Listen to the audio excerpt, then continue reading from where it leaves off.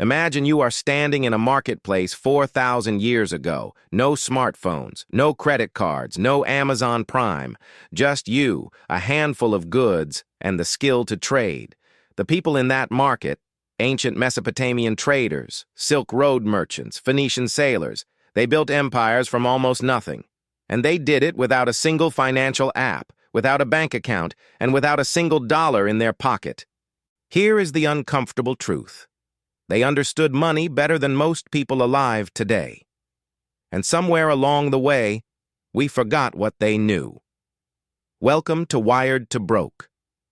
I am going to show you the financial wisdom of ancient traders, and why the lessons they lived by are exactly what modern people need right now. Let us start at the very beginning, not just of money, but of the idea of money itself. Around 3000 BC in ancient Mesopotamia, what is today Iraq, the Sumerians invented the first system of written records, not for poetry, not for history, for debt. They pressed symbols into clay tablets to track who owed grain, who owed silver, who had borrowed, and who had lent. These were not fancy contracts. They were simple, honest records of reality. I gave you something. You owe me something back. And the first rule those Sumerian traders lived by was this: never forget what you owe, and never pretend you own what you have not paid for. Today, we have forgotten that rule completely. The average American carries over $6,000 in credit card debt, money spent on things they already consumed and can barely remember buying. The Sumerians would not have understood that. To them, a debt was a burden you felt every single day, not a number hidden in an app you never open. Ancient lesson number 1, know exactly what you owe, write it down, feel the weight of it, because the moment debt becomes invisible, it becomes dangerous. Now let us travel east, to one of the most extraordinary trading networks in human history. The Silk Road, stretching over 4,000 miles from China to Rome, active for nearly 1,500 years. The merchants who traveled this route were not reckless gamblers. They were the most calculated risk-takers who ever lived. A single journey on the Silk Road could take years. You would face bandits, storms, disease, and corrupt officials.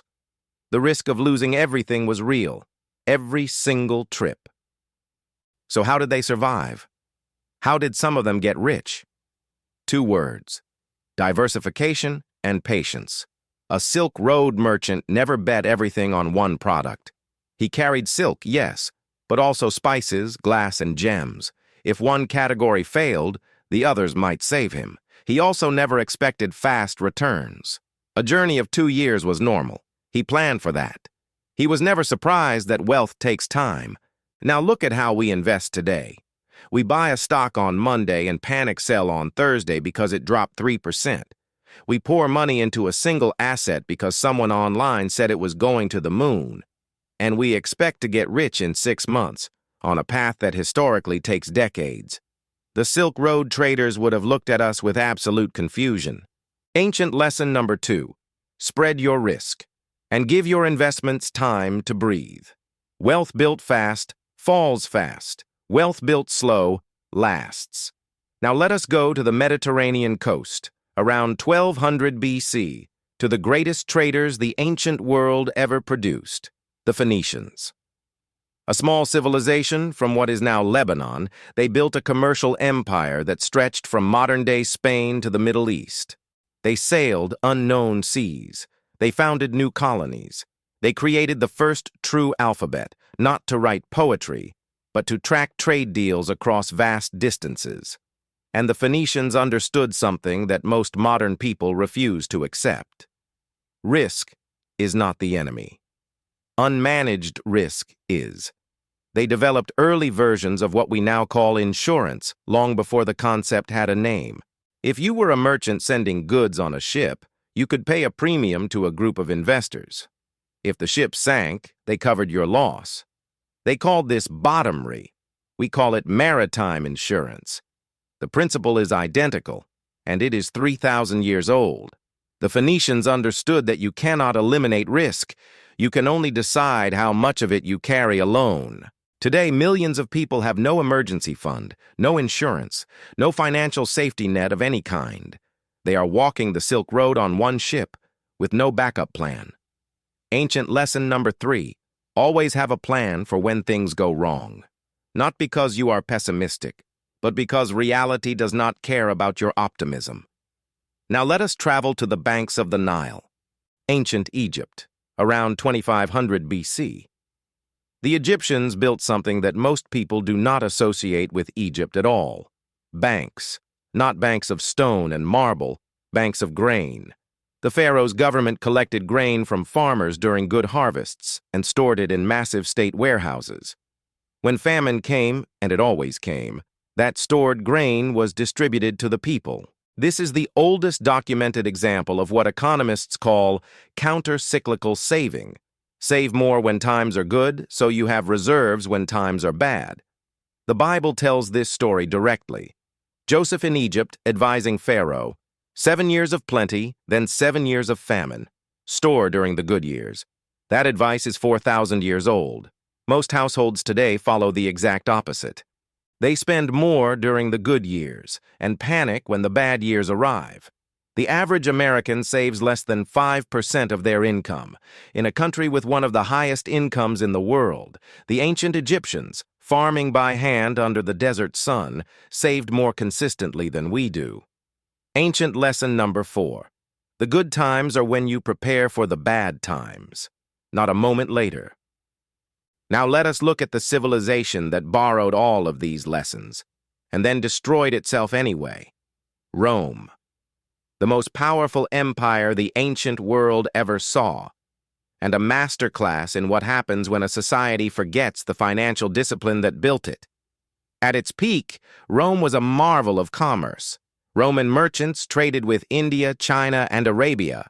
Roman roads connected an empire of 70 million people. But over time, Rome became addicted to spending. Wars were expensive. The political class demanded entertainment. The famous bread and circuses, free food and public games kept the population distracted while the treasury emptied. Roman emperors began debasing their currency. A silver coin that was once 90% silver became 5% silver over the course of a few generations. They were printing money, the ancient way. Merchants noticed.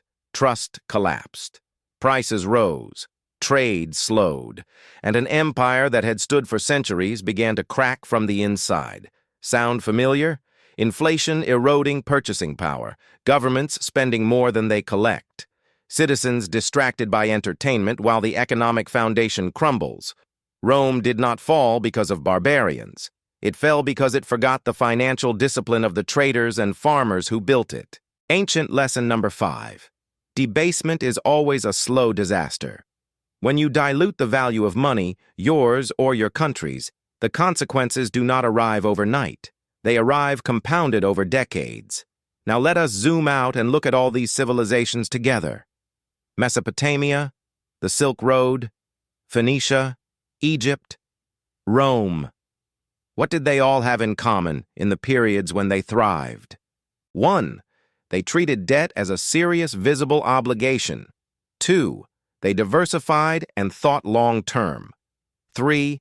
They managed risk before disaster struck. 4. They saved during good times for the bad ones. 5. They protected the real value of what they built. These are not complicated ideas. They are the hard-won lessons of people who had nothing but their brains and their discipline. So why did we forget them? The answer, honestly, is seduction. The modern financial system is designed not to help you save, but to help you spend. Credit cards make debt invisible. One-click purchasing removes the psychological friction that would otherwise stop you. Subscription services drain your account in amounts too small to notice, but too constant to recover from. The Sumerian merchant holding his clay tablet felt every unit of debt in his hands. We feel none of it. And that distance between us and our financial reality is exactly what the modern economy profits from. There is also the problem of speed. Everything in the modern world trains you to expect instant results. Instant food, instant entertainment, instant gratification. But wealth, real, lasting wealth, has never worked that way. And it never will. The Silk Road merchant who got rich walked 4,000 miles, twice, over 2 years. We want his result without his patience. And so we chase shortcuts, crypto schemes, get-rich-quick courses, high-risk trades, and we lose the slow, steady ground we could have gained if we had just been patient. So what does it actually look like to bring ancient wisdom into your modern finances? The answer is simpler than you might expect. It does not require a financial advisor or a new app. First, make your debt visible. Write down every single debt you have, not in a spreadsheet you will never open, on paper, on your wall, somewhere you see it every day. Let it bother you. That discomfort is useful. It is the same weight the Sumerian merchant felt every time he looked at his clay tablet. Debt that is felt is debt that gets paid. Second, diversify before you need to. Do not put your savings in one account, one stock, one crypto coin. Spread it across different assets, not for excitement, for survival. The Silk Road merchant who survived was the one who never bet everything on a single cargo. You are building a route, not a single shipment. Third, build your emergency fund now, not when you have extra money. There is never extra money. Build it before anything else, just like the Phoenicians who paid for insurance before every voyage into unknown waters. The sea does not wait for the prepared, and neither does life. If you cannot cover 3 months of expenses from savings right now, that is the only financial problem worth solving today. Fourth, save more during good months. When your income rises, your expenses should not automatically rise with it. That surplus is your grain storehouse. It will save you when the drought comes, and the drought always comes. Fifth, protect your money's value. Keep savings in accounts that at least partially beat inflation. Invest for the long term. Do not let your savings erode the way Rome's silver coins were hollowed out. The ancient traders did not have modern tools, but they had something more powerful: clarity about what money actually is. Money is not entertainment. Money is not a score. Money is stored time, stored labor, stored freedom. When you spend it carelessly, you are giving away pieces of your future self. The merchants of the ancient world understood this instinctively. We have to relearn it deliberately. If you want to build something real, not just a good month or a lucky investment, but actual financial stability, you do not need a new app or a new strategy. You need the same things a Phoenician sailor needed before crossing the Mediterranean in a wooden boat: a clear plan, a backup plan, and the patience to see them through. That is what the ancients had. That is what we lost. That is what ancient traders knew about money. And it is exactly what we forgot. If this video made you think differently about how you handle your money, subscribe to Wired to Broke. Every video on this channel is built to give you the mental tools to actually change your financial life. Use this one, and I will see you in the next one.